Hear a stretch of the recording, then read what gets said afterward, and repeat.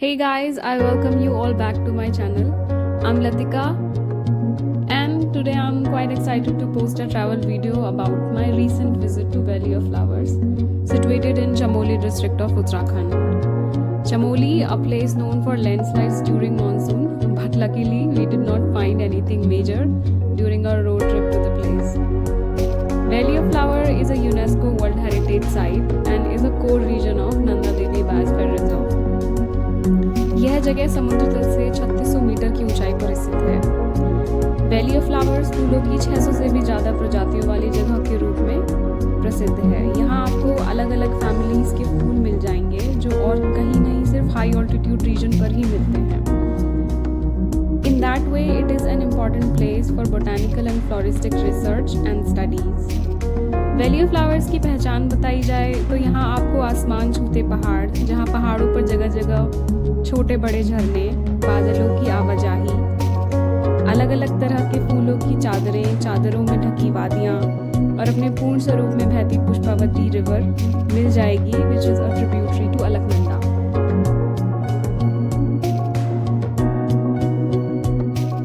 Valley of flower के सुंदर नज़ारों का सफ़र वैली ऑफ फ्लावर पहुंचने के बाद से ही नहीं बल्कि ऋषिकेश से ही शुरू हो जाता है, जहां आपको जगह जगह नदियों का संगम, बड़े बड़े पहाड़ और सुंदर दृश्य देखने को मिलते हैं।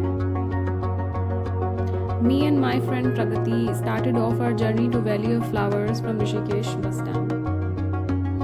ऋषिकेश बस अड्डे से हमने बद्रीनाथ जाने वाली बस पकड़ी, जिसका प्रति व्यक्ति किराया 620 रुपये था। वैली ऑफ फ्लावर जाने के लिए इस बस ने हमें गोविंद घाट उतारा, जिसका डिस्टेंस ऋषिकेश से लगभग 268 किलोमीटर था, जिसे पूरा करने में हमें 10 घंटे का समय लगा। ऋषिकेश से देवप्रयाग तक गंगा नदी हमारे साथ साथ बहती है और देवप्रयाग पहुंचने पर दो पवित्र नदी अलकनंदा और भागीरथी का संगम देखने को मिलता है। बस के इस सफ़र में हम देवप्रयाग के बाद श्रीनगर होते हुए रुद्रप्रयाग, कर्णप्रयाग, नंदप्रयाग, चमोली, पीपलकोटी और जोशीमठ होते हुए गोविंद घाट पहुंचे। बस के इस पूरे सफ़र में कहीं ना कहीं हमें चारधाम प्रोजेक्ट के तहत कंस्ट्रक्शन का काम देखने को मिला और वैली ऑफ फ्लावर के इस पूरे सफ़र में नदियों ने हमारा साथ कभी नहीं छोड़ा।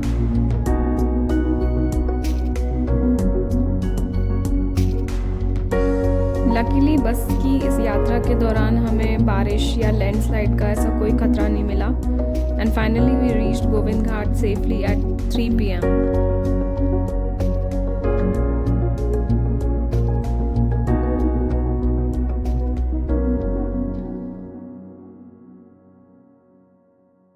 गोविंद घाट पहुंचने पर हमें लक्ष्मण गंगा के दर्शन हुए जो अपने पूरे फ्लो में थी।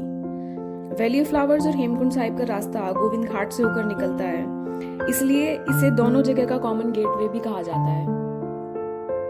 अपने सफर को आगे बढ़ाते हुए हमने गोविंद घाट से 4 किलोमीटर दूर पुलना गांव के लिए शेयर्ड कैब लिया, जिसका प्रति व्यक्ति किराया 50 रुपए था। वैली ऑफ फ्लावर्स के सफर के लिए पुलना लास्ट मोटरेबल पॉइंट है। इसके बाद आप सिर्फ ट्रैकिंग या खच्चर की सहायता से ही बाकी का सफर तय कर सकते हैं।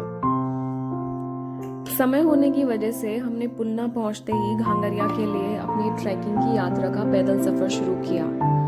पुलना से घांगरिया का ट्रैकिंग डिस्टेंस या कह लीजिए चढ़ाई लगभग 10 किलोमीटर है और घांगरिया पहुंचते पहुंचते हमें लगभग रात ही हो गई थी।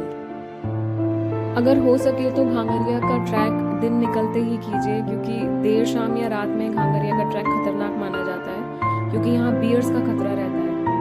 इसलिए अगर ट्रैकिंग में आप लेट हो गए हैं तो आप कोशिश कीजिए कि ग्रुप में रहिए and you should have proper gears with you.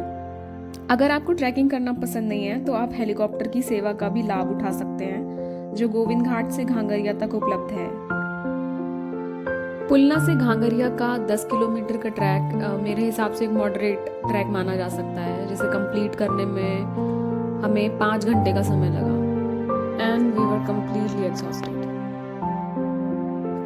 After securing our stay at Ghangariya, we started our trekking to Valley of Flower the next day, which was a 4-kilometer steep climb and it was definitely not easy. We got our lunch packed and started our Valley of Flower trekking in early morning at 7 or so.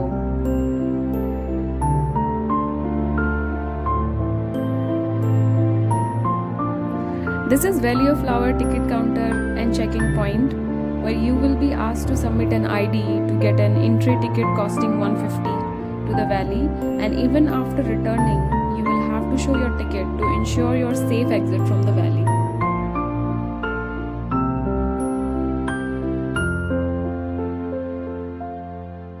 At 7:20 we entered into the valley. Make sure you have a good pair of shoes as the terrain is highly uneven and unpredictable, as definitely we are in the wild. Valley of flowers में थोड़ा ही आगे चलने पर आपको Pushpavati river का भव्य रूप देखने को मिलेगा, जो मेरे लिए वैली ऑफ फ्लावर्स का मेन अट्रैक्शन था। यह पुष्पावती नदी, जिसकी आवाज काफी दूर तक सुनी जा सकती है, एक ही पल में आपको इंस्पायर तो करती है, बल्कि दूसरे ही पल अपनी भव्यता के कारण आपको डराती भी है। नदी पार करते हुए हमने अपने आगे का सफर जारी रखा, जो किसी सपनों की घाटी से कम नहीं था। कठिन चढ़ाई की वजह से हम पूरी तरह से थक गए थे, लेकिन आसपास के नज़ारे हमारी थकान मिटाने के लिए काफी थे।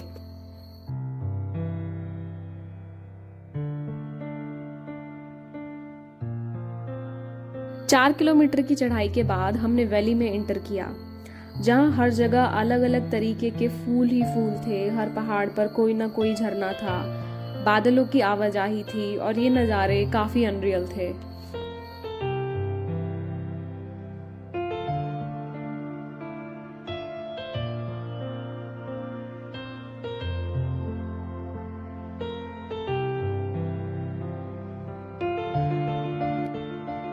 हमने कोशिश की वैली में जितना अंदर जा सके एक्सप्लोर करें।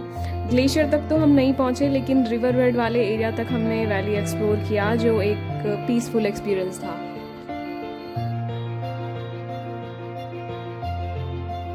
वैली से वापस जाने का समय हो गया था और हमें चेक पोस्ट पर 5 बजे तक पहुंचना था। So we started moving back toward the entry gate of Valley of Flowers, and we started at 1:30 with lots of unforgettable memories of Valley of Flowers. I hope you guys would have enjoyed the video and it would have helped you to get some information about this beautiful place. Thanks for watching the video. Bye and take care.